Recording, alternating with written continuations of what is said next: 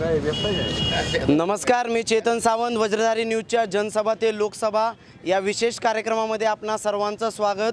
लोकसभेची रणधुमाळी सुरू झालेली आहे आणि कधीही आचारसंहिता लागू शकते आणि त्या संदर्भातच मतदार राजाच्या असेल किंवा विविध पक्षांच्या पदाधिकाऱ्यांच्या मनात काय चाललेलं आहे किंवा इतर जे सर्व नागरिक आहेत पलूस शहरातील, तर या शहरातील लोकांच्या मनामध्ये ऐकलेली आहेत ही विविध मते आपण आजमावून घेण्यासाठी आज आपण आलेलो आहोत पलूसमध्ये. तर आपण सर्व नागरिकांची मते आजमावून घेणार आहोत. तर आपण सुरुवात करूया. काय वाटते तुम्हाला, काय होईल केंद्रात? सध्या केंद्रामध्ये जे वातावरण आहे, निवडणुकीच्या बाबतीत बोलायचं झालं तर संमिश्र अवस्था आहे. म्हणजे सरकारवर लोक समाधानी दिसत आहेत पण आणि दिसत पण नाहीत, अशा प्रकारची अवस्था दिसते आहे. आणि सामान्य माणसांचे युद्ध झालंच पाहिजे, परंतु त्याच्या पाठीमागं जो सामान्य माणसांच्या जिव्हाळ्याचा जो प्रश्न आहे, म्हणजे बेरोजगारी असेल किंवा समाजामध्ये सामान्य घटकाला जे न्यायापासून जे वंचित आहेत त्या घटकाचा सुद्धा विचार या अर्थानं झाला पाहिजे. फक्त निवडणुकीच्या पार्श्वभूमीवर युद्ध हा फक्त महत्त्वाचा विषय नाही. त्या पाठीमागं जे काही दडलेलं आहे सामान्य माणसाचं दुःख, ते ह्या निवडणुकीच्या माध्यमातून त्याला न्याय मिळावा एवढी ह्या ठिकाणी अपेक्षा आहे. सगळ्या प्रश्नांचा आपण परामर्श घेण्याचा प्रयत्न करणार आहोत. फक्त अगदी थोडक्यामध्ये केंद्रात काय होईल हे अगदी थोडक्यात सर्वांनी सांगावं. कसं आहे, जर आता विचार केला केंद्र स्तरावरती तर भाजपाचं काम बघितलं तर मोदींचं काम बघितलं तर केंद्र स्तरावरती खरंच खूप चांगल्या पद्धतीने करतायत. पण जरा मोदींनी किंवा BJP सरकारने जरा शेतकऱ्यांचा जर विचार केला तर येणाऱ्या भावी काळामध्ये शेतकऱ्यांसाठी जर काय करता आलं तर त्यांनी करावं. मला वाटतं हेच सर्वसामान्य जनतेची मागणी असेल. या केंद्र सरकारचं एकंदरीत कामगिरी जर बघितली आपण तर या कामगिरीवर फक्त जाहिरातीमधूनच आजचे दिन किंवा चांगले दिवस जाहिरातीमधून दिसतात, पण सामान्य माणसाच्या जनजीवनात कुठल्याही प्रकारचे चांगले दिवस या ठिकाणी आलेले नाहीत. आणि अशा पद्धतीचे चांगले दिवस यावे अशी या ठिकाणी मी अपेक्षा करतो. जे मोदी सरकारने मागच्या वेळेला जे आश्वासन दिले त्या आश्वासन सपशेल जनता पूर्ण नाराज झालेली आहे आणि हे सरकार फेल गेलेलं आहे. त्यामुळे येणाऱ्या कालावधीत भाजप सत्तेत राहणार नाही. लोकसभेच्या बाबतीत जर बोलायचं झालं तर रिपब्लिकन पक्षाच्या माध्यमातून रामदासजी आठवले साहेब सत्तेमध्ये आहेत. केंद्रामध्ये मोदींनी आठवले साहेबांना संधी दिली, परंतु तळागाळातल्या कार्यकर्त्यांना त्यांनी विश्वासात घ्यायला पाहिजे होतं. त्यांनाही त्या ठिकाणी स्थानिक पातळीवरती संधी देणं गरजेचं होतं, परंतु तशा पद्धतीचं कुठेही त्यांनी त्या पद्धतीचं अवलंब केला नाही. त्यामुळं तळागाळातला सर्व कार्यकर्ता आणि सर्व पदाधिकारी RPIचे सध्या नाराज आहेत केंद्राच्या धोरणावरती, राज्याच्या धोरणावरती. त्यामुळं नक्की काय सांगता येणार नाही. आगामी काळामध्ये नेते जे निर्णय घेतील त्या पद्धतीनं आम्ही यामध्ये आज केंद्र सरकारची भूमिका जर बघितली तर देशामध्ये आज पूर्ण संविधान विरोधी अशी भूमिका एक जनतेच्या मनात निर्माण झालेली आहे. या भारत देशामध्ये संसदेपुढं संविधान जाळलं जातं, परंतु मोदी साहेबांनी त्यामध्ये कुठलीही ठोस अशी भूमिका घेतली नाही. मोदी साहेबांचं काम निश्चितच चांगलं आहे, परंतु संविधान भूमिका त्यांची ही या ठिकाणी देशभरातल्या जनतेला या ठिकाणी दिसून येत नाही. सरकारची जी भूमिका आहे ते दलित मागासवर्गीय लोकांच्या मतावर डोळा ठेवलेला आहे. दलित मागासवर्गीय मतावर डोळा ठेवून त्याने विविध योजनांचे नुसते घोषणा केलेली आहे, परंतु प्रत्यक्षात मात्र योजनांच्या जो निधी आहे तो निधी शासनाच्या दप्तरी काय जमा झालेला नाही. त्यामुळे सर्व दलित त्यांच्या भाजपच्या विरोधात सध्या आहेत. मोदी नमस्कार. पहिल्यांदा मी पोलसमध्ये जो कार्यक्रम आपण वज्रधारीच्या निमित्तानं घेत आहे चॅनलच्या माध्यमातून सर्वांना धन्यवाद देतो. आणि काँग्रेसचा प्रवक्ता या नात्यानं 2014 साली जे मोदींनी जी आश्वासने दिली त्यामुळे तरुणांना बेरोजगारीचा प्रश्न मोठा होता. दरवर्षी तरुणांना 2 कोटी रोजगार उपलब्ध करून देणार म्हटले, ते आश्वासनाचं काय झालं? जिल्ह्यामध्ये किती लोकांना रोजगार मिळाले? त्याचबरोबर शेतकऱ्यांची शुद्ध फसवणूक केलेली आहे. शेतकऱ्यांना म्हटले स्वामीनाथन आयोग लागू करणार, स्वामीनाथन आयोगमध्ये 1.5 पट जे त्यांना आपण हमीभाव देणार होतो त्याचं काय झालं? एवढं युवक तरुणांना बेरोजगारीमध्ये तो तरुण पिचत जात आहे, त्याच्यावर कुठलंही समाधान त्यांनी केलेलं नाही. त्यामुळे हे सरकार कुचकामी आहे आणि हे सरकार आदरणीय राहुलजी गांधींच्या माध्यमातून जशा 5 राज्याच्या निवडणुका झाल्या त्याच्यामध्ये काँग्रेसला भरभरून यश मिळालं, त्याच पद्धतीचं यश या महाराष्ट्रामध्ये लाभेल आणि लोकसभेमध्ये पुन्हा एकदा काँग्रेसचं सरकार येईल अशी आमची अपेक्षा आहे. पुन्हा एकदा काँग्रेसचं सरकार येईल म्हणतायत ते. हे शक्य नाही. काँग्रेसचं सरकार येऊ शकत नाही. त्यांनी 60 वर्ष राज्य करून जनतेनं त्यांना डावललेलं आहे. आता तर सत्तेत नसताना त्यांना 100% डावललं जाणार आहे आणि मोदींशिवाय भारताला दुसरा पर्याय कोणताही नाही. मोदी हे एकमेव पर्याय आहेत आणि या सांगली जिल्ह्यामध्ये संजय काका भरपूर मताधिक्य घेऊन निवडून आलेले आहेत. आता फक्त आम्हाला हायट्रिकची चिंता आहे. ह्याच्याशिवाय विरोधकांच्याकडे दुसरं कोणतंही काही नाही. ते फक्त दिशाभूल करण्याचं काम करत आहेत. कायचं झालं आहे, या काँग्रेसनं 70 वर्षात देशाची वाट लावली. त्या काँग्रेसच्या 70 वर्षाचं काम आणि BJPच्या नरेंद्र मोदींचं 5 वर्षातलं काम जर तुलना केली तर हे बरेच लांब फेकले जाते ते. आणि हा जो विकास झाला आहे तो बऱ्यापैकी चांगला विकास झाला आहे. आणि संजय काकांनी पहिलं कसं होतं, नसता खासदार यायचा, मतं घ्यायची, निवडून यायचं आणि परत 5 वर्ष यायचं. जिवंत खासदार या मतदारसंघात मिळालेलं आहे. आणि संजय काकांचं भरपूर काम आहे, रेल्वेचं काम आहे, इरिगेशनचं काम आहे, टेंबू ताकारीची कामं पूर्ण केलेत. आणि दुसरा विषय तुमच्या हायवेची 2-3 कामं चालली आहेत. आणि संजय काका हे 100% लाखो मतांनी निवडून येण्याची काळ्या दगडावरची रेष आहे. आत्तापर्यंत 60 वर्ष जे काँग्रेस सरकारनं उपभोगलं आहे त्यात रस्ते वगैरे कशाचाही विकास झाला नाही. फक्त अटल बिहारी वाजपेयींच्या काळात, भाजपच्या काळातच पुन्हा रस्ते वगैरे केले गेले. त्याच्यानंतर आत्ता ह्या सरकारच्या काळात रस्ते वगैरे केले जातात आणि भ्रष्टाचारमुक्त सगळं करण्याचा प्रयत्न चालू आहे. रेशनिंग दुकानात जे लोक फक्त रेशन दुकानदारांचा सगळा फायदा होतो ते डायरेक्ट थंब प्रणाली केल्यामुळे ज्याच्या त्याच्या खात्यावर मिळत आहे. पुन्हा तसेच सगळे ज्या सबसिडी अनुदान वगैरे आहे ते ज्याच्या त्याच्या खात्यावर जमा झाल्यामुळे ज्याच्या त्याच्या लोकांना डायरेक्ट फायदा मिळत आहे. आत्ता तरी म्हणजे काँग्रेसकडे असा लायकच उमेदवार नाही की पंतप्रधान याच्यासाठी. आत्ता मोदी एकच पर्याय. देशातल्या जनतेला आणि सर्वसामान्य तरुणांना कळून चुकले की नरेंद्र मोदींच्या शिवाय सक्षम पर्याय देशाला आहे. आणि गेल्या वेळेच्यापेक्षा यावेळी 300पेक्षा जास्त जागा केंद्रात भाजपच्या येतील. कारण नरेंद्र मोदींनी सर्वसामान्य तरुणांच्यातनं रोजगार निर्मिती केली आहे, वेगवेगळ्या योजनांचे लाभार्थी. आणि सरकारवर खरंच नाराज कोण आहेत? जर जे खाबुगिरी सिस्टममधनं 2 नंबर जे काळे व्यावसायिक होते ते नाराज आहेत सरकारवर. सर्वसामान्य जनता अजिबात नाराज नाही.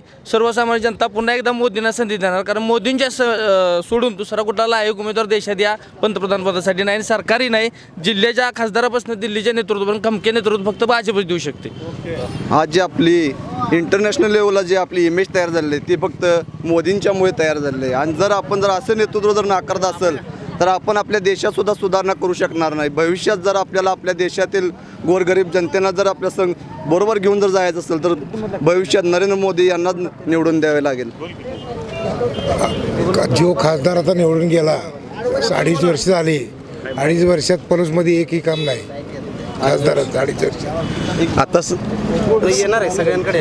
सध्या सर्वसामान्य जनतेच्या मनात सरकारबद्दल व विरोधकांच्याबद्दल एक कन्फ्यूज आहे आणि मीडिया आणि वास्तव यात बराच फरक आहे. सरकारच्या काही जाहिरात केलेली विकास कामे त्याच्यापेक्षा दिखावा जादा किंवा विरोधक पण सक्षम नाहीत आता.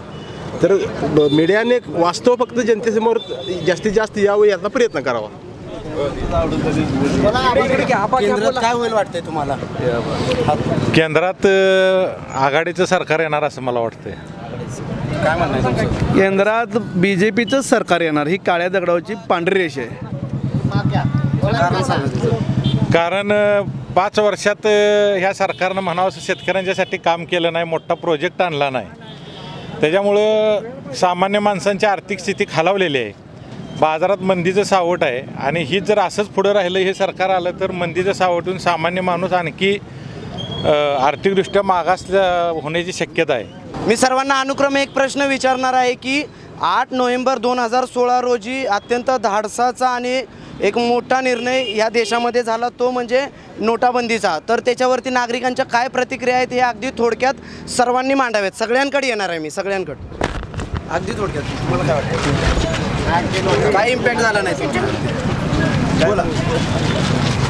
सामान्य जनतेवरती नोटाबंदीचा काही सुद्धा इफेक्ट झालेला नाही, कारण आमच्या केसेत किती 5 ते 10,000 रुपयेपेक्षा ते जास्त नोटा नव्हत्या. सामान्य जनतेनव्हती, जे धनदानगे होते लाखो करोड रुपये होते त्यांच्यावरती नोटबंदीचा इफेक्ट झालेला आहे. सामान्य जनतेवरती त्यावेळेला काय फक्त 5,000 किंवा 1,000-2,000ची चिल्लर मिळाली नाही, एवढाच काय इफेक्ट बाजारपेठेत जाणवला आम्हाला. नोटबंदी फक्त नोटबंदी. नोटबंदीचा हा विषय निर्णायक स्वरूपाचा होता. शक्यतो तो निर्णय घेत असताना मोदी सरकारने फार इच्छुक पद्धतीने घ्यायला पाहिजे होता.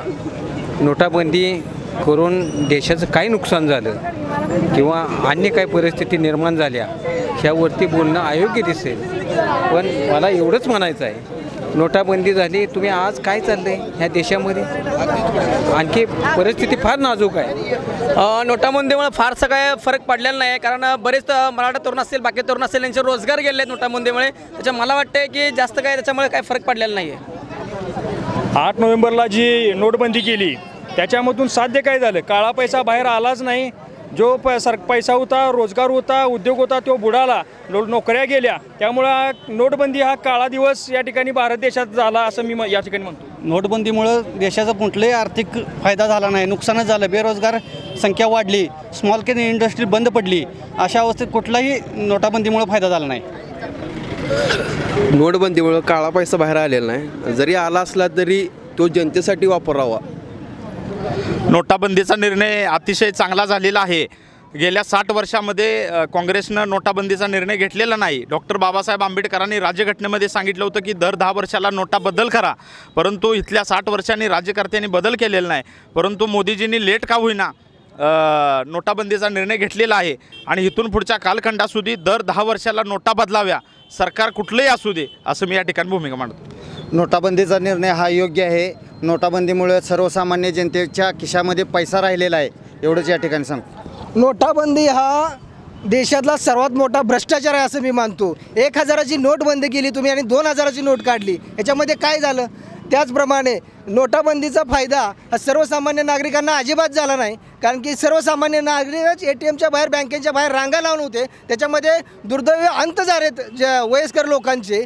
तर नोटाबंदीचा फायदा हा देशाला काहीसुद्धा झालेला नाही. हे थोतांड आणि एक भ्रष्टाचार आहे सर्वात मोठा, असं माझं आमचं मत आहे. आणि याचा काही फायदा सर्वसामान्य नागरिकाला झालेलाच नाही. आणि जे नोटाबंदीचा फायदा झाला असेल तर ते अमित शहांच्या चिरंजीवाला त्यांची जी कंपनी होती ते 40 पटीनं त्याचे नोटाबंदीच्या काळामध्ये त्या कंपनीची उलाढाल आणि इन्कम आहे वाढला. मग नोटाबंदीचा जर लाभ झाला असेल तर निश्चितपणे धनदांडग्यांना झाला. सर्वसामान्य गोरगरीब जनतेचे हाल करून ते जनतेला मृत्यू झाले लोकांचे. त्यामुळं भ्रष्टाचार, मोठा भ्रष्टाचार म्हणजे नोटबंदी. या नोटाबंदीमुळं गोरगरीब सामान्य माणसं व शेतकरी माणसांची कंबरणी मोडली. कारण बाजारात गेलं 2,000 नोट घेऊन त्या लोकांना मोड मिळाला नाही, त्यामुळे त्यांना पोटाला खायला मिळालं नाही. या नोटाबंदीमुळं सामान्य माणूस एवढा भरडून गेला, रांगेत उभा राहून माणसाचे मृत्यू झाले. या नोटाबंदीमुळं हा देश पाक 20 वर्ष मागे गेला. या नोटाबंदी केल्यामुळं त्या मोदी सरकारनं गोरगरीब सामान्य माणसाचे पैसे जे कष्ट करून ठेवले होते ते सुद्धा बाहेर काढले आणि त्यांच्या इन्कम टॅक्स सामान्य माणसावर लाभला. त्यामुळं माणसं हैराण होऊन गेली आणि मोठमोठे लोक हिने नोटाबंदी करायच्या अगोदर त्या मोदी सरकारनं नोटा छापून काढल्या आणि बेहिशेबी नोटा त्या बाजारात तिने त्या निवडणुकीला उपयोग करून ही निवडून आले आणि 4 वर्षात खोटी आश्वासनं दिली. कुठलंही काम शेतकऱ्याचं असू दे, मजुरांचं असू दे, व्यापाऱ्यांचं असू दे, नोकरदारांचं कुठलंही काम असं ठोस निर्णय घेतला नाही. त्यामुळे सर्वसामान्य जनता मोदी सरकारवर नाराज झालेली आहे आणि इथं काँग्रेस पक्षावर आता लोक भरभरून इथं प्रवेश करायला लागलेत आणि काँग्रेस पक्ष सत्तेवर येणार. दुसरा पक्ष कुठलाही आला तरी ह्या मोदी सरकार ह्या देश विकायला निघालेला आहे. कारण बाहेरच्या सरकारला नोटाबंदीमुळं या सरकारनं ह्या सामान्य लोकांचे कंबरणे मोडलेत. नोटाबंदी हा निर्णय तसा अविचारीचा आहे. हा निर्णय घेताना कुठलाही सामान्य घटकापासून वरच्या घटकापर्यंत कोणाचाही विचार न करता हा निर्णय अचानक आणि चुकीचा निर्णय घेतलेला आहे. नोटाबंदीमुळं एक तर तुम्ही सांगितलं की दहशतवाद थांबणार आहे, तर दहशतवाद थांबला का? दुसरं, काळा पैसा बाहेर येईल, काळा पैसा बाहेर आला का? तिसरं, सामान्य माणसांची आणि आज बाजारावर जी परिणाम परचेस पॉवर सामान्य माणसाची जी घटली, ती परचेस पॉवर घटल्यामुळं आज व्यापार, शेतीमालाचा दर, औद्योगिक तर पूर्णपणे कोलमडून निघालेला आहे. कारण ह्याचा एवढा दूरगामी परिणाम झाला आहे की अजून कमीत कमी 1-2 वर्ष काय देश आर्थिकदृष्ट्या सक्षम होईल असं वाटत नाही. आणि कमीत कमी एक देश 20 वर्ष पाठीमागं गेला. ह्याचं नियोजन करून घ्यायला पाहिजे होता निर्णय, तो तसा काय नियोजन करून घेतलेला दिसत नाही. नियोजन केलं नाही. काय झालं आहे, नोटाबंदीची अडचण कुणाला झाली, जी टॅक्स चुकवते ती लबाड आहेत, मोठमोठे पुढारी, शिक्षण सम्राट, साखर सम्राट, ह्या लोकांची नोटा, व्यापारी मोठमोठे ज्यांनी टॅक्स चुकवले, लोकांनी असा काळा पैसा आहे त्याचनी त्याचा त्रास झाला. सर्वसामान्य माणसाला नोटाबंदीचा त्रास झाला नाही. कारण मुळात सर्वसामान्य माणसापाशी नोटाच नसते, त्या खायापियापुरत्याच नोटा असते, त्या आपल्या पोटापुरत्याच. पोट कुणाला उठलं आहे, 70 वर्ष ह्याच्यात आहे, सत्तेत आहे, पैसा हो म्हणून पैसा मिळवला आहे अवैध मार्गाने, त्यांच्या नोटा गेल्या. सर्वसामान्य माणसाचा 1 रुपया गेलेला आहे नोटाबंदीत. कुणाला त्रास कुणाला झाला, ज्याचा 2 नंबर पैसा आहे त्या लोकांनी त्रास झाला. आणि काय झालं, या सत्तेत असल्यामुळं, सत्तेत नसल्यामुळं काय झालं, पाण्याविना मासा कसा तडपतो नाही तशी अडचण झाली त्याची. त्यामुळे कुठंतर मोदीवर टीका करायची, नोटाबंदीवर टीका करायची, नोटाबंदी ही झाली, चुकीची झाली, असं काही नाही. आणि किती अशी लोकं मिली रांगेत उभारून, एखादं दुसरं मिळालं असेल असं त्यांना झालं का. गरिबी हटाव, गरिबी हटाव, 70 वर्ष झालं तीच ऐकतो गरिबी हटाव. गरिबी हटली का? हां, आणि काय असं काय नाही, नोटाबंदीचा काही सामान्य माणसाच्या काही परिणाम झालेला नाही. नोटाबंदीचा सामान्य माणसावर काही फरक झालेला नाही. ॲक्च्युली नोटाबंदीत फक्त लोकांना त्रास झाला, उभा राहायला रांगेत राहिले, पण ते लोक सामान्य जनता खुश आहे. कारण भ्रष्टाचारी लोकांचा बराचसा पैसा निघाला. आणि जो काय नोटाबंदी निर्णय घेताना थोडासा निर्णय एखादा चुकला की पेट्रोल पंप आणि दवाखान्याची बदलाबदली नोटा मिळाली, तिथेच सगळं झालं. कारण बऱ्यापैकी पेट्रोल पंप हे सगळे काँग्रेसवाल्यांचे जुन्या भ्रष्टाचारी पुढारी लोकांचे आहेत. त्यांच्याकडून शिक्षण सम्राट पण त्यांचेच आहेत, साखर सम्राट तेच आहेत. त्यामुळे बराचसा पैसा तिथंच ट्रान्सफर झालेला आहे. त्यामुळं पूर्ण काळा पैसा बाहेर येऊ शकला नाही. ते जर 2 निर्णय घेतले नसते तर आज अक्षरशः त्यांची भिकेकंगाल अवस्था झाली असती. नोटबंदी ही सामान्य लोकांसाठी नव्हतीच. ती नोटबंदी साखर सम्राट व शिक्षण सम्राट व ज्यांनी संपत्ती गोळा करून ठेवल्या त्या लोकांच्यासाठी नोटबंदी शासनानं केली. ही नोटा गोडाऊनमधून बाहेर काढण्यासाठी शासनाला ही नोटबंदी करावी लागली. आणि मोदीने हा मोठा निर्णय घेऊन गोडाऊनमधला पैसा बँकेत आणून त्याचं वितरण गोरगरीब सामान्य जनतेपर्यंत कसं करता येईल आणि तो वापरात कसा येईल याचा विचार करून नोटबंदी केली. त्यामुळे सामान्य जनतेला थोडासा त्रास झाला, परंतु याचा गैरतोटा कोणालाही झालेला नाही. स्वतः माजी पंतप्रधान मनमोहन सिंग यांनी सुद्धा कबूल केले की नोटाबंदी गरजेची होती. इकॉनॉमिकल पॉल्युशन वाढलेलं, RBIच्या गव्हर्नरने सुद्धा स्टेटमेंट दिलेलं आहे की देशात आर्थिक प्रदूषण वाढलेलं आहे. गेल्या 60 वर्षात कुणाकडे किती पैसा आहे आणि कशा पद्धतीने पैशाची ट्रान्झॅक्शन होतात हे जी कुठलाच मोजमाप नव्हतं. तर नोटाबंदीमुळं ते एक प्रकारे मोजमाप झालं देशातला. आणि नोटाबंदी जर झाली नसती तर आज अतिशय भयंकर परिस्थिती झाली असती. मुळात सामान्य माणसावर नोटाबंदीचा काही परिणाम झालेला नाही. सामान्य माणूस जास्तीत जास्त बँकिंगमध्ये आला, ज्यांची अवैध ट्रान्झॅक्शन होती, ज्यांना इकडून तिकडून ज्या 2 नंबरच्या काळ्या मार्गाने जे पैसे मिळत होते त्या लोकांचीच ओरड सुरू आहे नोटाबंदीवर. सर्वसामान्य माणसाला त्रास झाला, पण त्राससुद्धा आनंदाने लोकांनी ॲक्सेप्ट केला का तर नोटाबंदीचा निर्णय अतिशय योग्य होता. मोदी अत्यंत तुलगतिके पद्धतीचा निर्णय मोदी सरकारचा नोटाबंदी हा आहे. त्याचं कारण असं आहे की भ्रष्टाचार बाहेर यावा, काळा पैसा बाहेर यावा म्हणून नोटाबंदी मोदी सरकारने केली.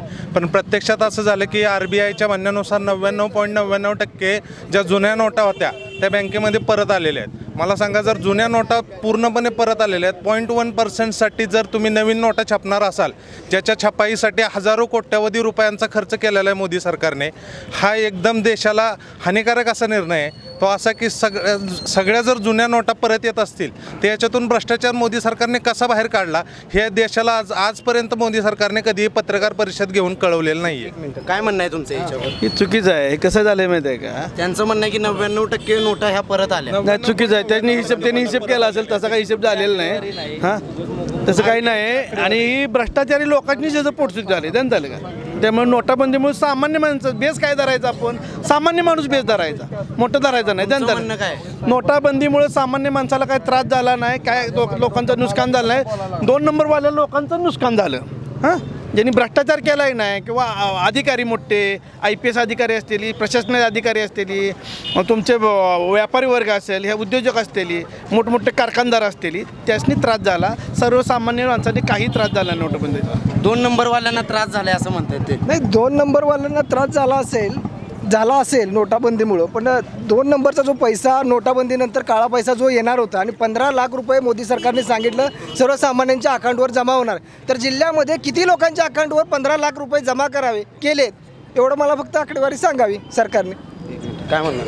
15 लाख म्हणजे डायरेक्ट खात्यावर येणार नाही, ते कामाच्या रूपातनं तुमचं काय झालंय. जाहीरनामा, काँग्रेसचं जाहीरनामा फाटलं वाचून 70 वर्ष माणसांचं डोळं गेलं जाहीरनामा बघून. काय सांगते ती जाहीरनामा करू काय नाही. काय म्हणणार? नाही, आमचा जाहीरनामा 70 वर्ष लोकांनी विश्वास ठेवून सत्ता आणल्या. काय कोणी आमच्या लोकांनी आघाडीच्या हाताने जाऊन मतं मारलेलं नाही, जनतेनेच आम्हाला निवडून दिले 70 वर्ष.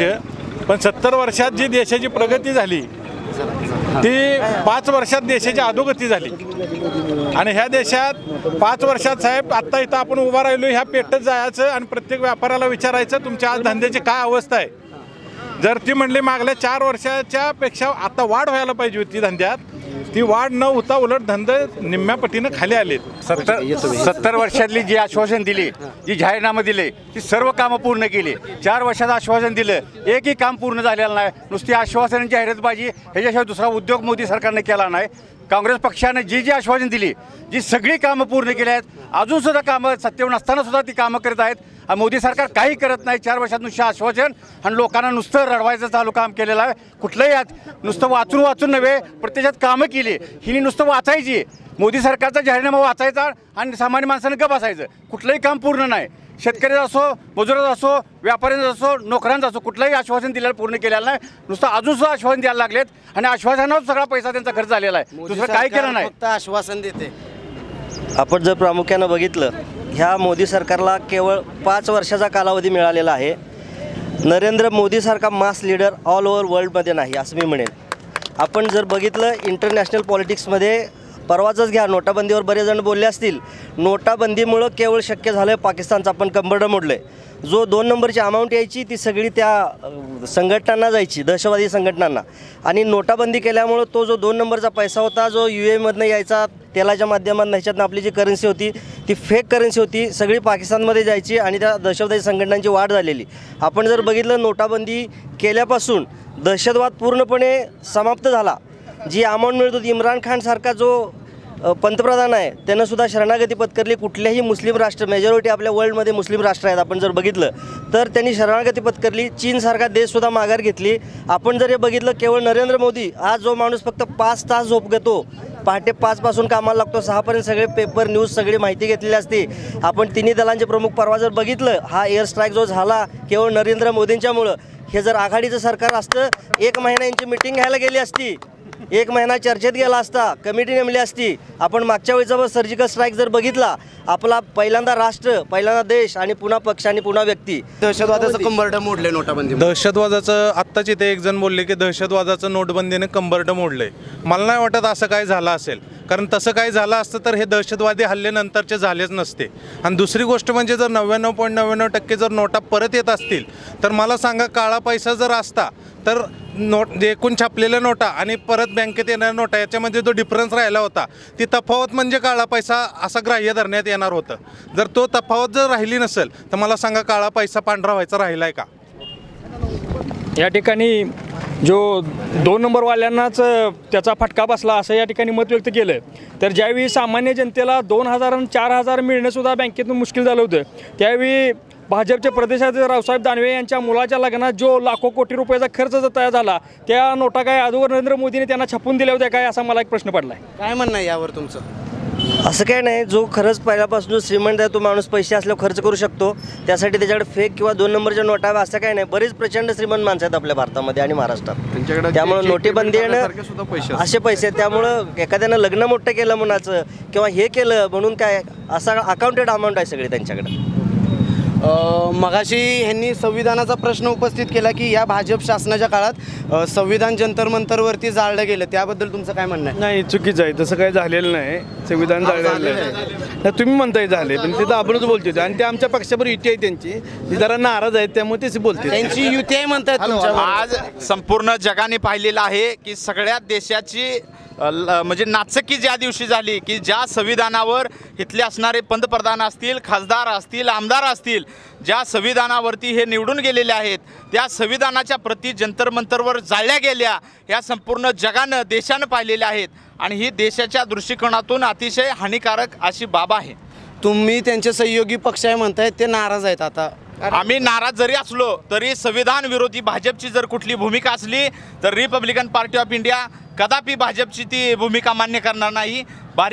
भाजपची भूमिका वेगळी आहे, RPIची भूमिका वेगळी आहे आणि हिंदुत्ववाद असेल किंवा RSSची भूमिका असेल ही कदापि आंबेडकरी चळवळ किंवा RPI मान्य करणार नाही. आमची भाजपची ही राजकीय युती आहे. आत्ता माझे मित्र म्हटले हे यांचा मित्रपक्ष आहे वगैरे, मित्रपक्ष असू दे, पण जे सगळ्या जगानं बघितलं आहे ही जाळलेलं किंवा बघितलेलं संवेदनशील, तर ही चुकीचं आहे.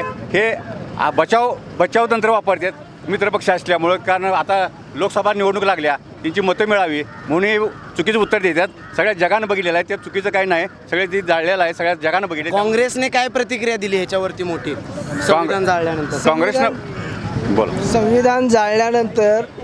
संविधान जाळणं, देशाच्या राजधानीमध्ये ते जाळणं, संविधानावर हा देश चालतो, हा देशाला काळीमा फासणारा दिवस होता तो. आणि यामध्ये कडक शब्दात आम्ही त्या घटनेचा निषेध करतोय. आणि या मोदी सरकारच्याच काळामध्ये असं काही 4 वर्षामध्ये झालं की जे 70 वर्षामध्ये झालं नाही. संविधान जाळण्याचं काम एवढी कुठली ताकद मनुवाद्यांना मिळाली. त्याचबरोबर हुकुमशाही प्रवृत्तीची ही सरकार आहे, यामध्ये न्यायव्यवस्थेवर त्यांनी न्यायव्यवस्थेमध्ये हस्तक्षेप केला आहे. सुप्रीम कोर्टाच्या जजनं जर यावेळेला स्वतः प्रेस कॉन्फरन्स घेऊन संविधान धोक्यात आहे असं जर सांगावं लागत असेल तर कशा पद्धतीचं हे राज्य चालू आहे? IB मध्ये त्यांचा हस्तक्षेप आहे, ज्या स्वायत्त संस्था देशाच्या आहेत त्यामध्ये हे हस्तक्षेप करून एक हुकुमशाही लादण्याचा प्रयत्न करत आहेत. या गोष्टीचा आम्ही काँग्रेसच्या वतीनं निषेध करतो आणि हे लवकरच सत्तेपासून बेदखल करण्याचं काम आम जनता करेल एवढं मी विश्वास करतो. या ठिकाणी भाजपनं जशी प्रतिक्रिया दिली नाही तशी या काँग्रेसनं देखील या राज्यामध्ये देशामध्ये बाध्याची भूमिका घेतलेली आहे. ॲक्च्युली विरोधी पक्ष काँग्रेस असताना काँग्रेसनं ठोस भूमिका घ्यायला पाहिजे होती, परंतु काँग्रेसनं कुठलीही भूमिका घेतलेली नाही, भाजपनं तर घेतलीच नाही आणि देशातल्या कुठल्याही घटक पक्षानं भूमिका घेतलेली नाही. मुळात काय आहे, देशामध्ये जे वेगवेगळं वातावरण चालू आहे ह्याच्यामध्ये सगळ्यात सेंटर पॉईंट एक गोष्ट कुठली तुम्ही ऑब्झर्व करत असाल, मला सांगा, जो माणूस स्वतःच्या बुद्धीवर देशाच्या कुठल्याही प्रश्नाच्या बाबतीत 2 वेळेच्या संसदेत स्वतःच्या बुद्धीनं निवेदन देऊ शकत नाही, अशा माणसाला जर देश ताब्यात द्यायचा असेल तर देशाचं आणि आमच्या नेक्स्ट जनरेशनचं देऊ शकत नाही. अहो राहुल गांधी, मी स्पष्ट बोलतो, अशा माणसाला राहुल गांधी जर निवेदन 5 राज्यामध्ये आता ज्या निवडणुका झाल्या त्यामुळे राहुल गांधींनी काय केलं ते आपल्या समोर आलंय.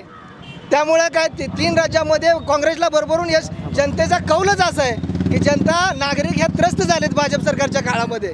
त्यामुळं राहुल गांधींना आणि काँग्रेस पक्षाला चांगलं भरभरून मतांनी निवडून दिलं त्यांनी. एका अगदी थोडक्यामध्ये मी रोजगार असेल, शेतकऱ्यांचे प्रश्न असतील किंवा इतर जे धोरणात्मक लोकांच्या जगण्या मरण्याचे प्रश्न असतील त्याबद्दल या सरकारच्या कामगिरीवर आपण खुश आहात का, समाधानी आहात का, नाराज आहात, ह्याचं फक्त उत्तर द्यावं. सगळ्यांना मी विचारतो. बाबा काय म्हणणं? नाराज आहोत. नाराज आहात? एक मिनिट, यांचं आता ते जे बोलले ते बोलू. यांनी सांगितलं की संविधान, इथं जी सगळी उभा राहिलेली आहे ती सगळी जे संविधान पाळणारी आहे ती. आम्ही कायदा पाळणार आहे, कायद्याच्या सगळ्या गोष्टी आम्ही पाळणार आहे. पहिल्यापासून आम्ही संविधान पाळूयात, कुणाचाही संविधानाला विरोध नाही. त्यामुळे 1-2 जणांनी कुणी जर ती केला असेल त्या भूमिकेशी आमचं साम्य नाही. यांनी सांगितलं की मागाशी नोटाबंदीमध्ये 99.99% नोटा परत आल्या. नोटा जरी परत आल्या, मी माझ्या खिशात 1000 रुपये घालून ठेवली होती, 10,000 घालून ठेवली होती, त्याचा जनतेला काय उपयोग होतोय? काहीच उपयोग होत नाही. आज ही सगळा पैसा बाहेर आलेला आहे, आज हे सगळा बँकेत पैसा आलेला आहे, त्याच्या माध्यमातून तो परत बाहेर होणार आहे. आणि त्या दिवशी प्रत्येकाकडे आज 10 कोटी गावलं, आज 20 कोटी गावलं, पेपरमध्ये नोटला ह्याला बातम्या येत होत्या, ह्यो पैसा कुठे गावला, ह्यो पैसा कुठे जमा झाला. गंगेत नोटा काय जणांनी सोलापुरात नोटा फेकून दिल्या, हे झाला परिणाम. आणि नरेंद्र मोदींनी काय जी सामान्य असतील, आम्हाला रस्ता झाला, लाईट आली, माझ्या खात्यावर 15 लाख, ज्या दिवशी बॉम्ब हल्ला झाला उरीमध्ये आपली जवान मेली आणि त्यांचा जो बदला घेतला त्या दिवशी माझ्या वैयक्तिक खात्यावर 15 लाख जमा झाला असं मी समजतो. मला ह्या सरकारनं मला काहीतरी दिलं पाहिजे, त्या सरकारनं मला अनुदान दिलं पाहिजे. मला कुठलंही अनुदान नको, काय नको. गॅस एकाच्या नावावर अनुदान एक जण खात होता असं सगळं चाललेलं होतं. आज सामान्य माणसाच्या नावावर ज्याचं त्याला अनुदान जमा होतं. राष्ट्रीय सुरक्षा महत्त्वाची आहे. सगळ्यात जर काही महत्त्वाचं असेल राष्ट्रीय सुरक्षा, आज मी धनगराचा ह्यो, कोळ्याचा ह्यो, साड्याचा ह्यो असा आहे. पण आम्हाला पहिल्यांदा राष्ट्र आमचं महत्त्वाचं आहे, आमचं संविधान महत्त्वाचं आहे, आमची घटना महत्त्वाची आहे. डॉक्टर बाबासाहेब आंबेडकरांनी सुद्धा हेच सांगितलेलं आहे. आमचा धर्मसुद्धा आम्हाला आम्ही जरी हिंदुत्ववादी असलो तरी पहिल्यांदा मी भारतीय आहे आणि परत बाकीचं काय असेल ते. पहिल्यांदा मी हिंदू आहे, परत काय असेल ती. पण माझा देश महत्त्वाचा आहे. मोदींनी तीच केलेलं आहे. राष्ट्रहित पहिल्यांदा, परत बाकीचा पक्ष हित जी सगळी जमली ती आपापल्या पक्षाचं गुणगान करते ती. आम्हाला कुठल्याही पक्षाचं गुणगान करायचं नाही, काय नाही. मोदी हेच एक वाघ आहे आणि हेच एक वाघ राहणार. कडे येतो मी. प्रश्न हा विचारला की केंद्र सरकारचे जे धोरणं होती, रोजगार असेल, शिक्षण असेल, आरोग्य असेल, ह्या सगळ्या ह्याच्यावरती तुम्ही समाधानी आहात का? नाही, समाधानी नाही. समाधानी नाही. समाधान नाही, कारण लोकांच्या त्यांना ज्या स्कॉलरशिप वगैरे मिळत होत्या त्या स्कॉलरशिप त्या ठिकाणी प्रचंड प्रमाणात थकलेल्या आहेत. आणि 2 कोटी रोजगार जे देतो म्हणले त्या 2 कोटी रोजगार आज तुम्ही जर आता इथं सर्वेक्षण केलं किती लोकांना, युवकांना त्यांनी नोकऱ्या दिल्या किंवा रोजगार मिळाला, हा खरा संशोधनाचा विषय या ठिकाणी. त्यामुळे नाराज आहे. रोजगार, शेतकऱ्याचा हमीभाव या गोष्टीवर सरकार सपशेल फेल गेलेलं आहे आणि आम्ही पूर्ण नाराज आहे या गोष्टी. शेतकऱ्यांना या विषयामध्ये शेतकऱ्यांना न्याय मिळालेला आहे, त्यामुळे मी सरकारवर समाधानी आहे. बाबा, सरकारबद्दल काय म्हणणं आहे तुमचं? समाधानी आहात का नाराज आहेत? निश्चितपणे सरकारवर नाराजी आहे लोकांची. बेरोजगारी वाढलेली आहे. त्याचप्रमाणे शेतकरी नाखुश आहे. त्यांना कुठल्याही प्रकारची मदत हे देऊ शकलेली नाहीत. त्यामुळे शेतकरी आणि संपूर्ण युवक वर्ग या सरकारवर नाराज आहे. शेतकरी, मजूर, युवक वर्ग सगळे कुणालाही नोकऱ्या मिळाल्या नाहीत. शेतकऱ्यांना कुठल्याही पद्धतीचा लाभ मिळालेला नाही, हमीभाव मिळालेला नाही.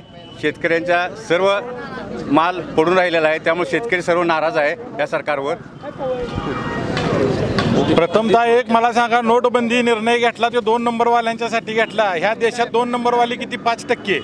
95% लोकांचं का हाल केलं? 2 नंबरवाली तुमची सत्ता होती, तुम्ही त्यांना हुडकून काढायचं. मी प्रश्न विचारला तुम्हाला. शेतकऱ्यांची कर्जमाफी करतो म्हणले, कर्जमाफी केली नाही, शेवटपर्यंत झुलवत राहिलं आणि बिड्यावडा इतपत 2000 रुपये दिले शेतकऱ्याने पारावर बसून. आणि असा निर्णय घेतला की ह्या शेतकऱ्यांना आळशी बनवणे, 2000 रुपये 6000 रुपये देऊन. हा निर्णय पूर्णतः चुकीचा आहे आणि हा फेल्युअर निर्णय. तुम्हाला 6 महिन्यात कळेल की 6000 रुपये खात्यावर हा निर्णय फेल्युअर आहे. कारण माझ्या घरात आता 5 खातेदार आहेत. माझी मुलं आणि इतर नातेवाईकांच्या नावावर मी 15-15 गुंठ जमीन केली, तर अजून त्या घरात पैसे येणार आहेत. त्यामुळे हा निर्णय फेल होणार आहे की सरकारचं बजेट एवढं नसणार आहे. हेच 1 लाख कोटी जर कर्जमाफी केली असती तर शेतकऱ्यांना खरोखर या कर्जाच्या माध्यमातून फायदा झाला असता. पीक कर्जमाफी केली असती तरी. नंबर 2, आरोग्याचा विषय. आरोग्याच्या विषयात ह्या सरकारनं एकही हॉस्पिटल ह्या देशात उभा केलं नाही. मग आरोग्य कसं सुधारलं? भाषणं मारून आरोग्य सुधारत नाही. त्याच्यासाठी पायाभूत सुविधा द्याव्या लागतात. त्याही सुविधा दिलेल्या नाहीत. आज ह्या देशात स्वाईन फ्लूनं किती बळी गेले ह्याची पण आकडेवारी तुम्ही मीडियामार्फत घ्या. स्वाईन फ्लूनं बळी गेलेल्यांची संख्या वाढली म्हणजे आरोग्य धोक्यात आहे. नोकऱ्या 2 कोटी देतो साहेब, 2 कोटी नोकऱ्या बाजूला ठेवा. ह्या पलूसच्या औद्योगिक वसाहतीत 4,500 माणसं काम करत होती. आज इथं फक्त 1500 माणसं कामाला, 2000 माणसं बेकार झाली. मग ही बेकारी वाढली, नोकऱ्या द्याच बाजूला. हो, बेकारी वाढली तुमच्या शासनाच्या काळात म्हणणं आहे. बेकारी काय स्थानिक प्रश्न पण त्यांनी उपस्थित केला. स्थानिक प्रश्न बऱ्यापैकी मार्गी निघाले आहेत आणि बेकारी वाढले असं नाही. काय झालं आहे, ह्यांचा बॅकलॉग आहे 70 वर्षाचा. 70 वर्षाचा बॅकलॉग 5 वर्षात कसा भरून काढायचा? 70 वर्षांनी सगळी घाण केली आहे, भ्रष्टाचार केला आहे. ती सगळं व्यवस्थित यायला टाईम लागणार आहे. अजून मोदी पुढच्या वेळी येणार आहे, बऱ्यापैकी फरक पडेल. आणि हे कर्जमाफी मागते. मागल्या वेळी कर्जमाफी झाली राष्ट्रवादी आघाडीच्या टाईमात. कुणाला झाली? एका मोठमोठ्या शेतकरी ज्याचे 40 एकर बाग आहे त्याचं 90 लाख माफ, ज्याची 20 एकर बाग आहे त्याचं 70 लाख माफ, ज्यानं 4 ट्रक घेतले त्याचं माफ. गरीबाला काय झालेलं नाही. आणि कसं आहे माहीत आहे का, गरीबाचं कर्जच किती असतं? या पीक कर्ज असतं 1 नाही तर 2 लाख लागते. त्यामुळं तो काय विषय राहिला. आणि ही स्वच्छतेचं म्हणते, ते स्वच्छतेचं म्हणलं तर प्लॅस्टिक बंदी ह्यांनीच आणली, स्वच्छ भारत अभियान ह्यांनीच आणलं, म्हणजे आमच्या सरकारनंच आणलं. त्यामुळे हे सगळं यांचं चुकीचं बोलणं आहे सगळं. आणि आता एवढी यांची दयनीय अवस्था आहे, यांनी उमेदवार मिळेना. ज्ञान झालं का? त्यामुळे काय सांगू शकत मुद्द्याकडे नाही. मी येणारच आहे, स्थानिक राजकारणाकडे येणारच आहे. मुळात गेल्या 70 वर्षात काँग्रेसने जेवढ्या बी योजना जन्माला घातल्या त्या योजना एकतर पूर्ण नाहीत, पण वाईट या गोष्टीच वाटते 2 रुपये जन्माला योजना पूर्णत्व अजून झालेल्या नाही. त्या योजना 100 रुपयावर पोहोचल्या, म्हणजे या 70 वर्षात ही वाढलेल्या निधीने पैसा गेला कुठं? तर 70 वर्ष त्यांनी प्रचंड भ्रष्टाचार केलेला आहे. मोदींना 5 वर्षाचा वेळ मिळाला आहे, त्या 5 वर्षात सरकारने बऱ्यापैकी काम केलं आहे. राहिला रोजगाराप्रश्न, रोजगारापेक्षा देशातल्या तरुणांना स्वतः उद्योगधंदे असतील यासाठी बँकिंगमध्ये जे आज कर्ज वगैरे उपलब्ध करून दिले जात आहेत त्याचं प्रमाण बघितलं तर निश्चितपणे तरुण आणि सुशिक्षित नाराज नाही. काँग्रेसला देशाविषयी अजिबात प्रेम नाही आहे. भारतात राहून भारतावर प्रेम करणारं फक्त मोदी साहेब आहेत. इटलीत नेऊन इथं किटली गाजणार नाही आणि चालणार नाही. हे घराणेशाही चालवायचा प्रयत्न काँग्रेसचा आहे. मोदी घराणेशाही चालवत नाही आणि हे सामान्य जनतेच्या हिताचं आहे. प्रत्येकाला यामुळे न्याय मिळू शकतो. या राहुल गांधी झाला, आता प्रियंका गांधी काढली, उद्या आणि त्याचं कोणतरी पोरगं काढतील बिन लग्नाचं. त्यामुळे हे देशावर अन्यायच आहे. त्यांना देशाविषयी कोणतंही प्रेम नाही काँग्रेसला. सामान्य शेतकऱ्यांचा हमीभावाचा मुद्दा मोदी सरकारने सांगितलेलं की हमीभाव देऊ. आज तुम्ही कांद्याचे दर बघताय, बाकी पिकांचे दर बघताय. जर कांद्याचे दर पाडायचं म्हटलं की पाकिस्तानवरून कांदा आयात करताय. एकीकडं आपली बेडगी देशभक्ती दाखवायची आणि एकीकडनं पाकिस्तानची साखर, पाकिस्तानचा कांदा, पाकिस्तानच्या पंतप्रधानांच्या वाढदिवसाचा केक चालतो आणि यांना देशभक्तीचे इकडं गोडवे गायचे. हा दुटप्पीपणा मोदी सरकार कधीपर्यंत करणार आहे? दुसरी गोष्ट म्हणजे दरवर्षाला 2 कोटी रोजगार देतो असं ते म्हणाले. प्रत्यक्षात मात्र रोजगार द्यायचं सोडा, पण नोटाबंदीच्या काळात कोट्यवधी लोकांचे रोजगार गेले, छोटे मोठे उद्योगधंदे बंद पडले. ह्याच्यावरती मोदी सरकारची काय प्रतिक्रिया आहे? दुटप्पी कोणाही कळालेला आहे. 26/11चा हल्ला झाल्यानंतर आजपर्यंत त्यावेळेस सरकारनं काही कारवाई केली नाही. आम्ही पाकिस्तानच्या पंतप्रधानाला केक चारला आणि पुलवामा आल्यानंतर त्यांना 1000 किलोचा बॉम्ब सुद्धा चारला. आमचा जे प्रश्न आहे पुनर्वसनचा, जे पुनर्वसन झाले पण आतापर्यंत जमिनी नावावर नाही. 14 कुटुंब वंचित आहेत. गेली 2007ला आम्ही आलो, तरी पण आता देखील या शासनानं आमच्याकडे दुर्लक्ष केले. ते लवकरात लवकर आमची ही कामं पूर्ण करावीत. जे आपण आता सांगितलं की मेडिकल सुविधा आपल्या इथे उपलब्ध नाहीत, तर हा चुकीचा हे उत्तर आहे त्यांचं. जर 5 लाख रुपये गोरगरीब जनतेला 5 लाख रुपयेपर्यंत जर मेडिकल जर बिल भरावं लागत नसेल तर हॉस्पिटलचं, तर त्यासारखी योजना कोणत्याही सरकारनं आजपर्यंत नाही. 25,000 योजना होत्या, पण आज 5 लाख रुपयेपर्यंत त्यांनी हे केलेलं आहे, म्हणजे वाढवलेले पैसे, रक्कम वाढवलेले. जर गोरगरीब जनतेला मोठं ऑपरेशन म्हणा, हार्टचं वगैरे जे करायचं असेल ते आता फ्रीमध्ये होत आहे. जर जनतेला त्यातनं राहणं, खाणे पिणे सर्व फ्रीमध्ये आहे, तर या सरकारचा हा निर्णय अतिशय उत्तम आहे. या सरकारसारखे मेडिकल सुविधावरती खर्च करणार कोणतेही सरकार नाही. एकच मिनिट, पाणी जरा देतं का?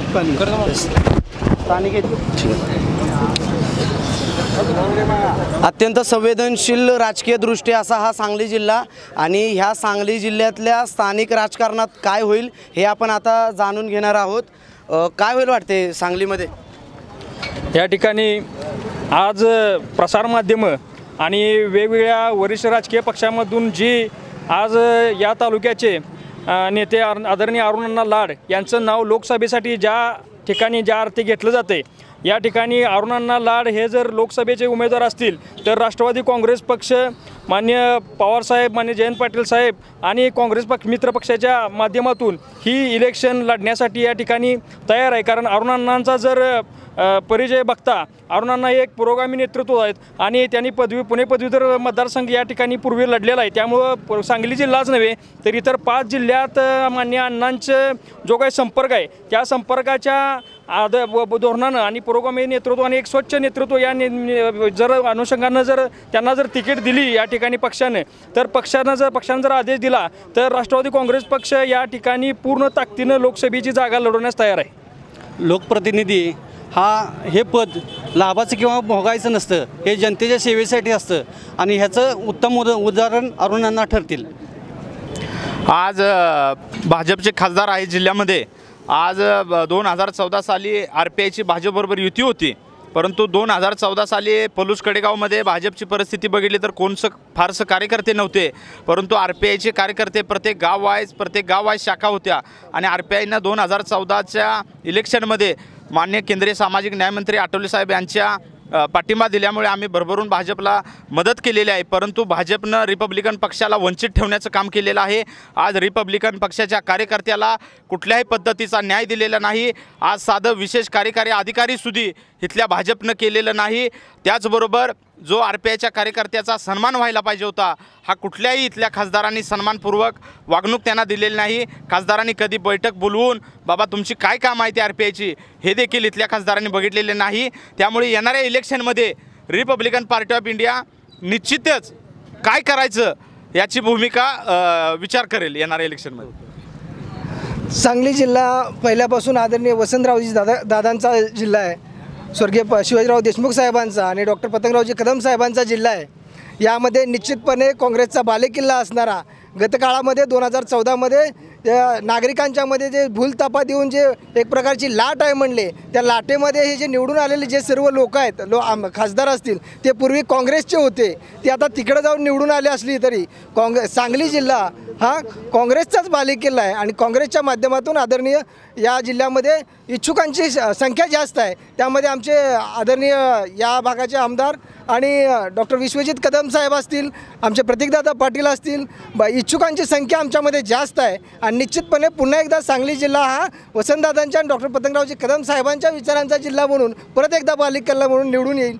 या इथं हा बालेकिल्ला काँग्रेसचा असल्यामुळं इथं कुणी शंका बाळगायची काम नाही किंवा कुठल्या भविष्याला विचारायचं काही काम नाही। इथं काँग्रेसचाच उमेदवार येणार आणि काँग्रेसमध्ये इच्छुक उमेदवार जास्त आहेत। लोकसभेचं सांगतोय, विधानसभेची इलेक्शन चालू नाही अजून, त्यामुळे सांगली जिल्हा हा पुरोगामी विचारांचा आहे आणि ह्या पुरोगामी विचारांच्या जिल्ह्यात नक्कीच आघाडीचा राष्ट्रवादी काँग्रेस आणि आघाडी पक्षांचा इथं उमेदवार आमचे आदरणीय अरुणांना जर तिकीट दिली तर नक्कीच ह्या जिल्ह्यात लोकसभेचा उमेदवार निवडून येईल।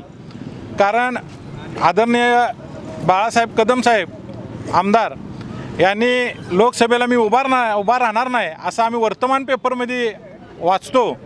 त्यामुळं त्यांचा आणि त्यांच्या सर्व पक्षांचा काँग्रेस पक्षाचा आदरणीय अण्णांना पाठिंबा राहील। अण्णांचे ह्या सांगली जिल्ह्यातले इतर लोकांशी लोकप्रतिनिधींशी चांगले संबंध आहेत। त्यांच्या आज साखर कारखाना एक चांगला उत्कृष्ट चाललेला आहे। दरवर्षी देश लेवलची पारितोषिकं घेणारा साखर कारखाना स्वच्छ आणि निर्भ्रष्ट चालवला आहे। वेळेला कामगारांचा पगार देणे, शेतकऱ्यांची बिलं देणे आणि उच्चांकी दर देणे या बाबतीत आदरणीय अरुणांच्या नेतृत्वाखाली हा कारखाना काम करतो। दुसरी गोष्ट, या जिल्ह्यात अण्णा एवढे एक संयमी नेतृत्व आहे, मितभाषी आहे आणि मितभाषी असून इतकं कामाचं नेतृत्व आहे। जवळ गेल्यानंतर प्रत्येक सामान्य माणसाला वाटेल की ह्या सांगली जिल्ह्यात असंच नेतृत्व असावं आणि ह्या नेतृत्वाचा नक्कीच ह्या जिल्ह्यावर आदरणीय कैलासवासी डॉक्टर पतंगरावजी कदम साहेब, RR आबा पाटील साहेब आणि जयंतरावजी पाटील साहेब यांच्या विचारांचा पगडा आहे।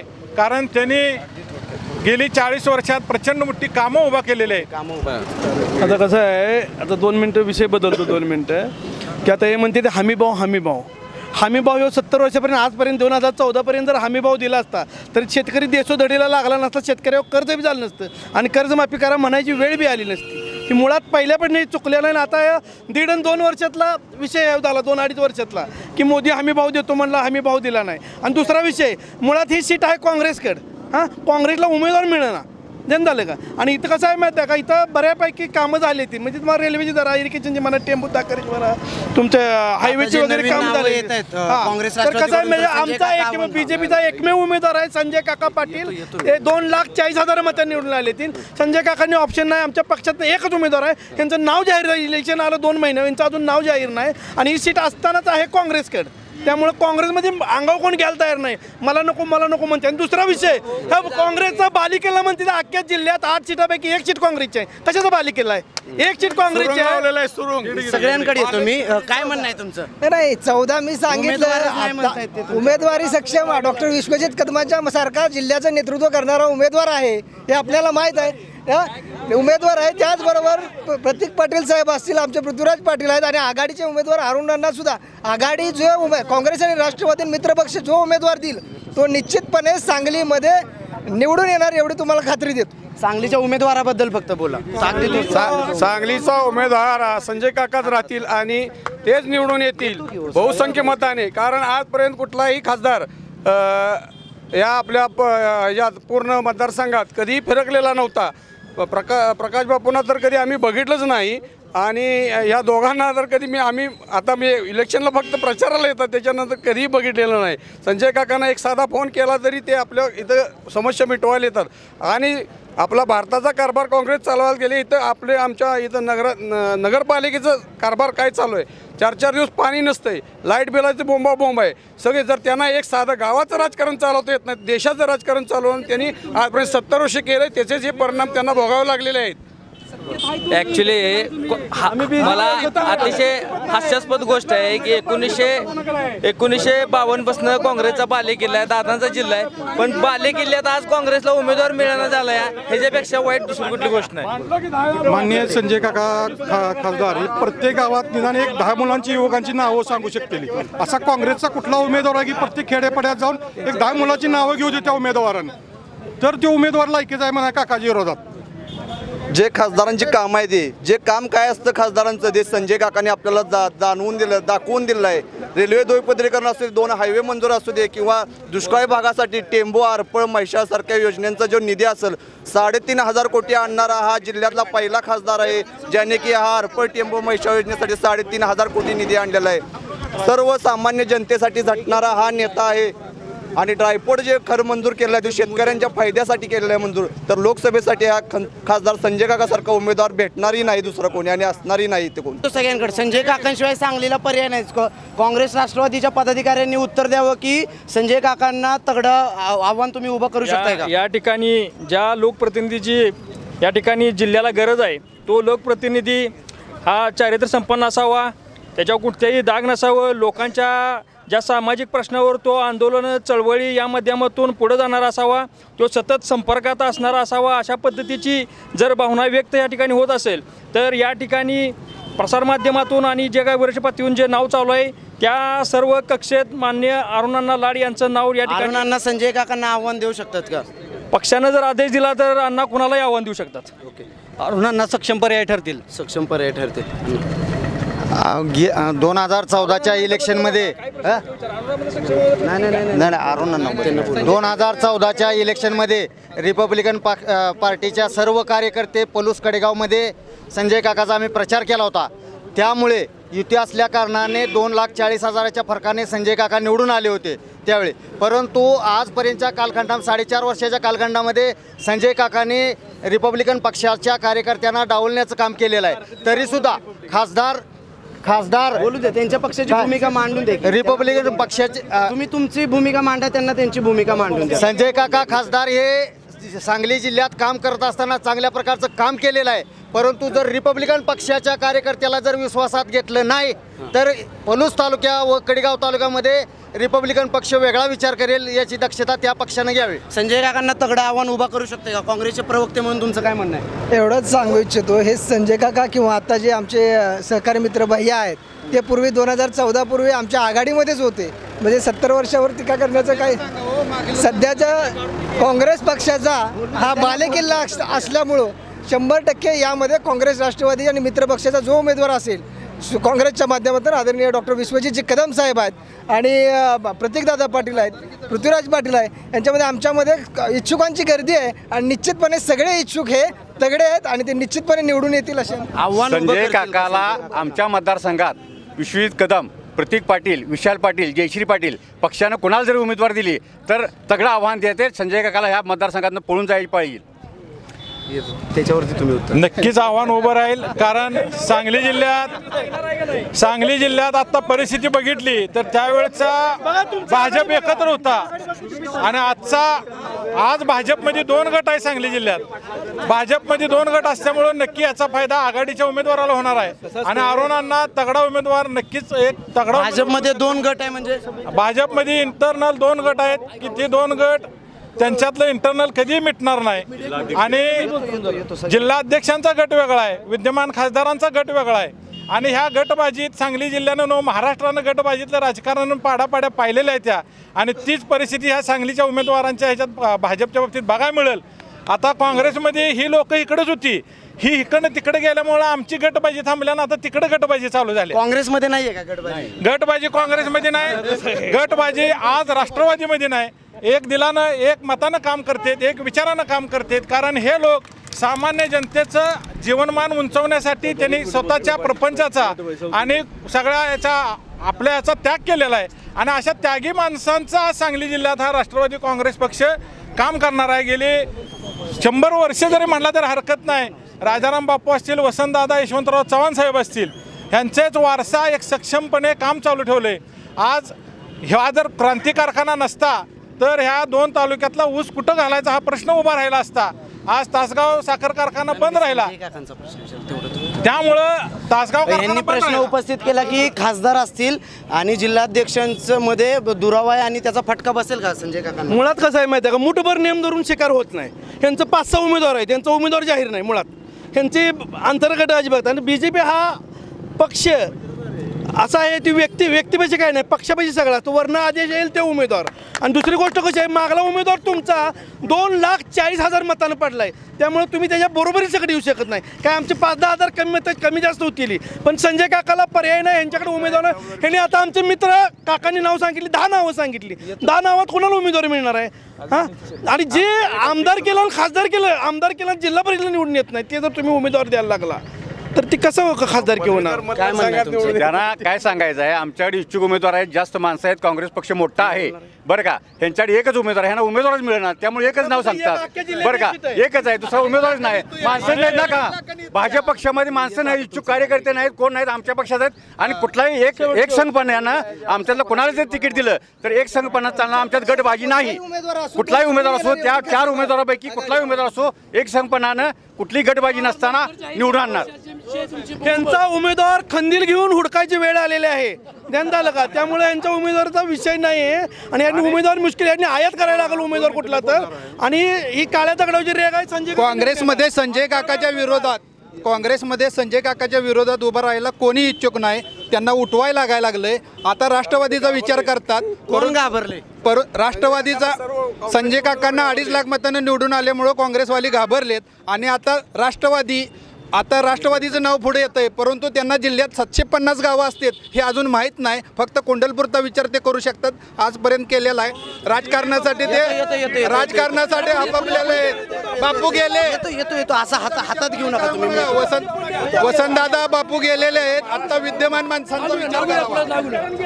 जे राष्ट्रवादीचे उमेदवार आहेत हे आमचे जे मित्र आत्ता म्हणले की संजय काकांच्या कामाबद्दल, तर संजय काकांनी जी परवा मुख्यमंत्र्यांची जे परवा कार्यक्रम घेतला शिवाजी महाराजांच्या पुतळ्याचा आणि आंबेडकरांच्या पुतळ्याचा उद्घाटनाच्या वेळेचा कार्यक्रम घेतला संजय काकांनी. मुख्यमंत्री होते, आठवले साहेब होते. तर माझ्या मित्रांना सांगायचं, RPH मित्रांना सांगायचं आहे की 6,000 सायकली संजय काकांनी अपंगासनी वाटल्या, 600 मसनी वाटल्या, कानात घालायच्या अपंगासनी दिल्या.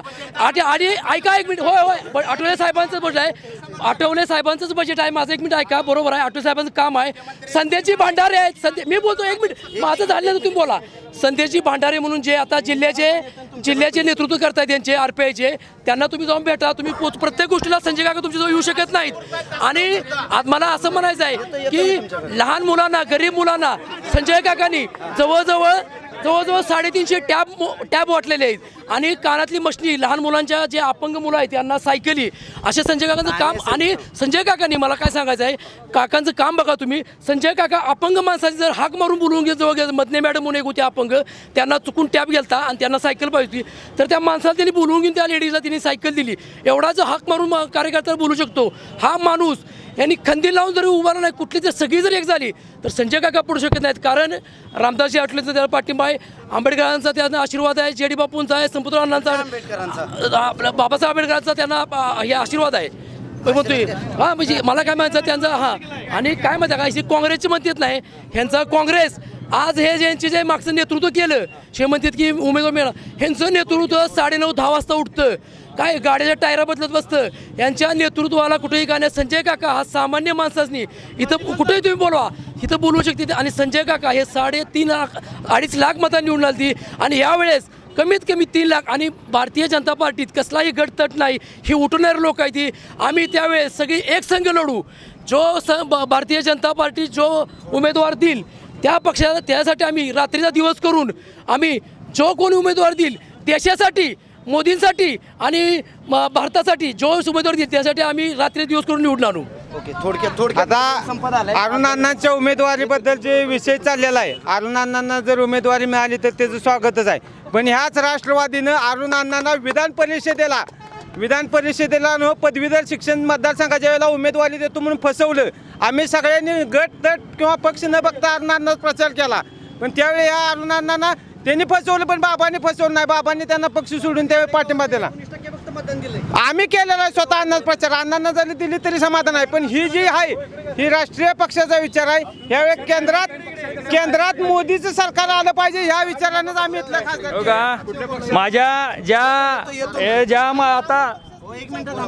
माझ्या मित्रांना मी नम्रपणे सांगू इच्छितो की जिल्ह्यात 750 नाही तर 820 गावं आहे. ती पहिली गोष्ट म्हणजे. आणि 820 गावात नाही तर क्रांती अग्रणी जी.डी. बापू लाडांचं नाव आणि क्रांती घराण्याचं नाव हे फक्त कुंडल पडतं नव्हतं तर महाराष्ट्रात आज त्यांना मानणारा एक मोठा वर्ग पुरोगामी विचाराचा या ठिकाणी आहे. आणि तुमचे जे काही नेते म्हणजे तुम्ही ज्यांचं नाव घेताय त्यांना कुंडलमध्ये आल्याशिवाय आणि अण्णांचा पाठिंबा घेतल्याशिवाय राजकारण करता येत नाही. त्यामुळे तुम्ही अण्णांना एवढं मर्यादित तुम्ही समजू नका. आणि जर तुम्ही तशा पद्धतीने तगडं आव्हान जर देत असाल तर येणाऱ्या काळात आम्ही नक्कीच क्रांती विचाराची आणि अरुण अण्णांची आणि क्रांती घराण्याची जी काही ताकद आहे ती निश्चितपणाने आम्ही या ठिकाणी दाखवून देऊ. आता भैरतभाईंनी सांगितलं 2,40,000 त्यातले 10 ते 20,000 मतदान कमी होईल. जर संजय काकांनी जर चांगलं काम केलं असेल भाजपच्या माध्यमातून तर मताधिक्य घटतं कसं याचं मला उत्तर द्यावं. मगाची आमच्या मित्रांनी सांगितलं की संजय काकांचं काम चांगलं आहे. संजय काकांच्या कामाला आमचा मुळीच विरोध नाही. परंतु रिपब्लिकन पक्षाची जी मतं त्यांना मिळालेली आहेत, आज मुख्यमंत्री फडणवीस साहेब असतील यांनी देखील कित्येक वेळा मान्य केलं आहे की आमची सत्ता RPI-मुळे आलेली आहे. परंतु जिल्ह्यातल्या खासदारांनी आमची खंत आहे त्यांच्याकडं की त्यांनी कुठल्याही पद्धतीचा RPIच्या कार्यकर्त्यांना विचारात घेतलेली नाहीत आणि काहीच कामं केलेली नाहीत. आणि तासगावचा जो विषय सांगितला 6,000 अपंगांना वाटल्या, हा केंद्रीय सामाजिक न्याय मंत्री आठवले साहेबांचा निधी आहे. हा निधी समाज कल्याणचा आहे. तो समाज कल्याणचा निधी संजय काकांनी वाटण्याचं काम केलेलं आहे. ह्या 5 वर्षात हे आमचे मित्र सांगतात काकांचं काम चांगलं आहे, काकांचं चांगलं आहे. पलूसमध्ये कुठली कामं केल्यात एखादं नाव त्याने सांगावं बरं का. ह्या तालुक्यात किंवा पलूस गावामध्ये एखादं ठोस नाव सांगावं कामं किती केली, कामं केलीत म्हणून सांगतात, नुसतं वरडतात. कुठलंही काम केलं नाही, कुठली कामं केली त्यावर ठोस सांगावं. संजय काकांनी काम केलं म्हणजे मूळ काम म्हणजे हायवे चालला आहे. गुहागर विजापूर हायवे हा 2200 कोटीचा एक हायवे तो पलूस शहरातून जातो या. आणि डोळं उघडून बघा एवढा मोठे जर हायवे दिसत नसला तर अवघड आहे. दुसरी गोष्ट संजय काकांनी पलूस नगरपालिकेला 3 कोटी निधी दिला आहे. पलूस नगरपालिकेला. दुसरं खंडोबा मंदिराला 15 लाख रुपये दिले. ती ह्या मंदिराला दिले पाहिजे. ट्रस्ट असल्यामुळं ट्रस्ट नसल्यामुळे खाजगी देवस्थान असल्यामुळं ते पैसे वर्ज झाले नाही. ती संजय काकांचं कामच नाही. धनगर समाजाच्या मंदिराला पाणी दिली. आता पाणी पुरवठ्यासाठी 2 कोटी मंजूर होणार आहे. ती कसं झालं आहे माहिती आहे का, ह्यांनी पिवळा चष्मा घातला, ह्याने काविडी झाले की त्यांनी सगळं पिवळं दिसायला लागले. ध्यान आलं का. एवढाच विषय, दुसरं काय म्हणणं तुमचं. एवढा निधी 5 वर्षात देणं म्हणजे काय फार मोठा विकासाने निधी झाला असं मला वाटत नाही. कारण ह्याच्यापेक्षा सत्ता राज्यात आहे, केंद्रात आहे. मोठ्या प्रमाणावर ह्या पलूस तालुक्याला निधी आला पाहिजे होता, त्या पटीत निधी आलेला नाही. आणि जो आलेला निधी आहे त्याचा सामान्य माणसासाठी किती उपयोग झाला ह्याचा विचार करणं गरजेचं आहे. दुसरी गोष्ट, मगाशी जे अरुण अण्णांच्या बाबतीत सांगितले की कुंडल गावापुरते मर्यादित आहेत, पण अरुण अण्णा कुंडल गावापुरते मर्यादित नाहीत. सांगली जिल्ह्यात, महाराष्ट्रात त्या घराच्या बाबतीत, त्या व्यक्तीच्या बाबतीत एवढं मोठं काम आहे. जिल्ह्यातल्या सामान्य कुटुंबात कुठेही जावा अरुण अण्णांचं नाव विचारायचं, जर ओळख नाही म्हणला तर मी ह्या चौकात गोटा करून फिरतो. त्या माणसाच्या बाबतीत राजकारणाच्या पलीकडे जाऊन विचार करा. राजकारण आणि आपण पक्ष संघटना बघून विचार करू नका. अरुण अण्णांच्या बाबतीत राजकारणाच्या पलीकडे जाऊन विचार केला तर असा उमेदवार मिळणं हा आपल्या जिल्ह्याचं भाग्य असेल. आणि जर आम्हाला राष्ट्रवादी काँग्रेसला जर इथं काँग्रेस पक्षानं जर सहकार्य देऊन जर उमेदवारी दिली तर तुम्हाला येणाऱ्या निवडणुकीत नक्कीच आज आम्हाला बोलायची गरज नाही काकांच्या कामाबद्दल, पण जर राष्ट्रवादी काँग्रेसला तिकीट दिलं तर साहेब ह्याच शिवाजी महाराजांच्या पुतळ्यापुढं तुम्ही हाय असंच चर्चा चालू ठेवा. त्यावेळेला आम्ही मग काय केलं आणि काय नाही केलं हे आव्हान आम्ही स्वीकारलेलं आहे. आणि अरुण अण्णांच्या बद्दल काही चुकीचं कोण बोललं नाही. हे आमच्या तोंडातनं हे काढायला लागले. ते तसं अरुण अण्णा मर्यादित आहेत असं कोण काही बोललेलं नाही. यावेळेला फक्त संजय काका येणार, 2.5 लाखापेक्षा जास्त मतांनी येणार. उमेदवार कोणी असो, राष्ट्रवादीचा असो या काँग्रेसचा असो, संजय काका हे मताधिक्यानेच येणार. राष्ट्रवादीला द्या. या ठिकाणी काँग्रेस आणि राष्ट्रवादी आणि मित्रपक्षांची जी आघाडी झालेली आहे, निश्चितपणे आता आमचे मित्र म्हणले की अरुणांना लाड जे राष्ट्रवादीचे उमेदवार आहेत, उमेदवारी म्हणून त्यांचं नाव चर्चेत येते. निश्चितपणे त्यांची ताकद या पूर्वीच्या काळामध्ये विधानसभेच्या माध्यमातून भाजपच्या यांना मिळालेली आहे. आणि या ठिकाणी काँग्रेस आणि राष्ट्रवादीचा जो उमेदवार असेल, आदरणीय आमदार डॉक्टर विश्वजित कदम साहेबांच्या माध्यमातून असेल किंवा प्रतीकदादांच्या माध्यमातून असेल, जो उमेदवार असेल आघाडीचा तो 100% निवडून येईल आणि मोठ्या मदतीने निवडून येईल. यानंतरचा विजयी कार्यक्रम आपल्या माध्यमातून आपण इथंच घ्यावा अशी आपल्याला विनंती करतो. सांगली लोकसभा मतदारसंघात RPI व भाजप युतीचा जो उमेदवार असेल त्याच्याबरोबर अटोल साहेबाचा निर्णय, अटोल साहेब जो निर्णय आम्हाला देतील त्या निर्णयानुसार भाजपबरोबर आम्ही जाणार आहोत व इथला उमेदवार आम्ही बहुसंख्य मतानं विजय करण्यासाठी प्रयत्न करणार आहोत. एक मिनिट अगदी थोडक्यात संपवायचं. जे आता सांगितले नाही की बाबा अटोल साहेबांचा निर्णय झाला तर आम्ही मग त्यानंतर अटोल साहेबांनी परवाच्याच कार्यक्रमात जाहीरपणे सांगितले की संजय काकांचे एवढं काम कुणाचंही नाही आणि संजय काका हे 100% निवडून आणायचे आहेत हे त्याच्या. आणि काँग्रेसनं कोणीही उमेदवार देऊ दे, काँग्रेसनं यांचा खंदील लावून देऊ, यांना कोणीही उमेदवार दे निवडून येणार आयात उमेदवार करू नये. काँग्रेसनं स्वतः काँग्रेस पक्षाचा उमेदवार द्यावा, आयात उमेदवार घेऊ नये काँग्रेसने, एवढंच करावं. काँग्रेस आयात उमेदवार करेल किंवा आयात उमेदवार घेऊ नये, फक्त काँग्रेस पक्षाचा प्रवक्त्यांना विचारतो. एक मिनिट. नाही, काँग्रेसमध्ये निश्चितपणे उमेदवारांची इच्छुक जास्त आहेत आणि काँग्रेस जो उमेदवार देईल तो निश्चितपणे निवडून येणार.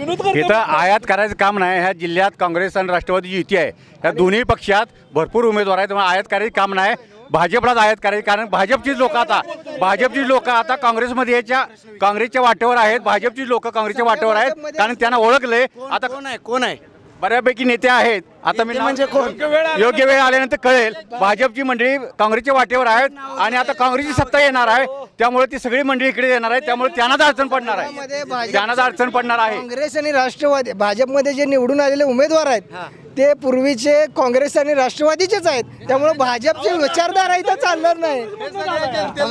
मी शेवटचा एक सगळ्यांना प्रश्न आणि उपप्रश्न विचारणार आहे की मतदानाची शेवटी गुप्तता असते, परंतु तुम्ही कुठल्या मुद्द्यावरती मतदान कराल आणि तुम्हाला सांगलीचा खासदार कोण पाहायला आवडेल? अगदी थोडक्यात. देशाचं हित आणि राष्ट्राचं हित जो बघल आणि कायदा संविधान पाळून सामान्य नागरिकापर्यंत ज्याचं पडलं त्यालाच आम्ही मतदान करणार. आणि या माध्यमाचा खासदार कोण पाहिजे, खासदारचा खासदार कोण असेल ही जनतेने मनातनं ठरवलेला आहे. आणि ती माननीय संजय काका नक्कीच उमेदवार दिल तर अरुणा लाड. जर संजय काका 2,40,000 मतांनी निवडून आले असतील, फक्त आटपाडी आणि तालुक्याचे विटा खानापूर तालुक्याचे नेते जर गोपीचंद पडळकर साहेब असेल तर जवळजवळ 70,000 मतं मायनसमध्ये जाऊ शकतात. हा धनगर आरक्षणाचा प्रश्न आहे. सांगली लोकसभेचा जर विचार केला तर सांगली लोकसभेला कुठल्या मुद्द्यावर मतदान कराल आणि कोण खासदार पाहायला आवडेल? सांगली लोकसभेच्या हितदृष्टिकोनातून अरुणांना लाड यांना जर उमेदवारी दिली तर तो उमेदवार त्या ठिकाणी सक्षम ठरेल. सांगितले की पिलू अरुणांना लाड.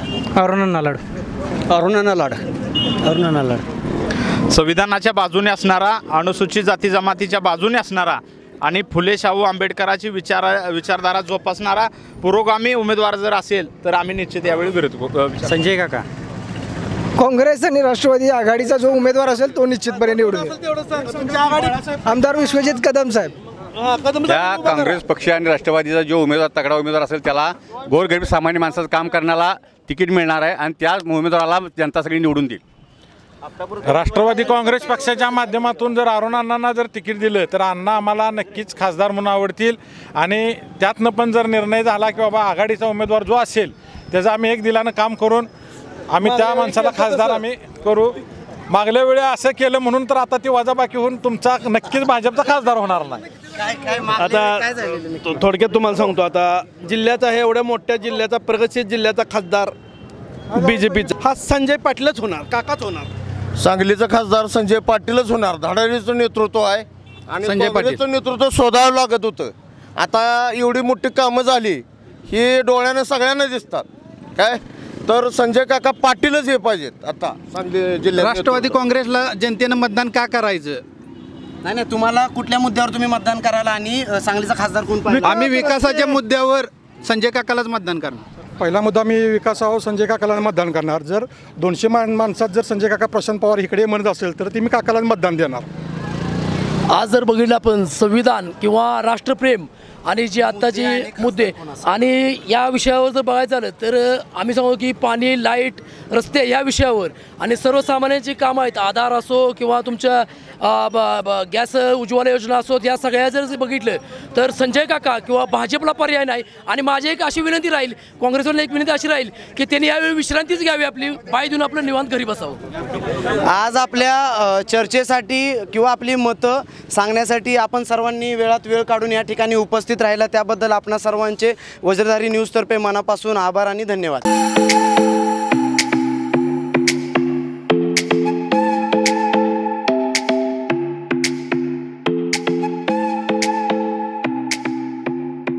Tanvi photography studio, wedding, pre wedding, candid shoot, modelling, crane, ड्रोनसह दर्जेदार फोटोग्राफीसाठी एक वेळ अवश्य भेट द्या. आमचा पत्ता आहे मुक्ताई कॉम्प्लेक्स, विटा.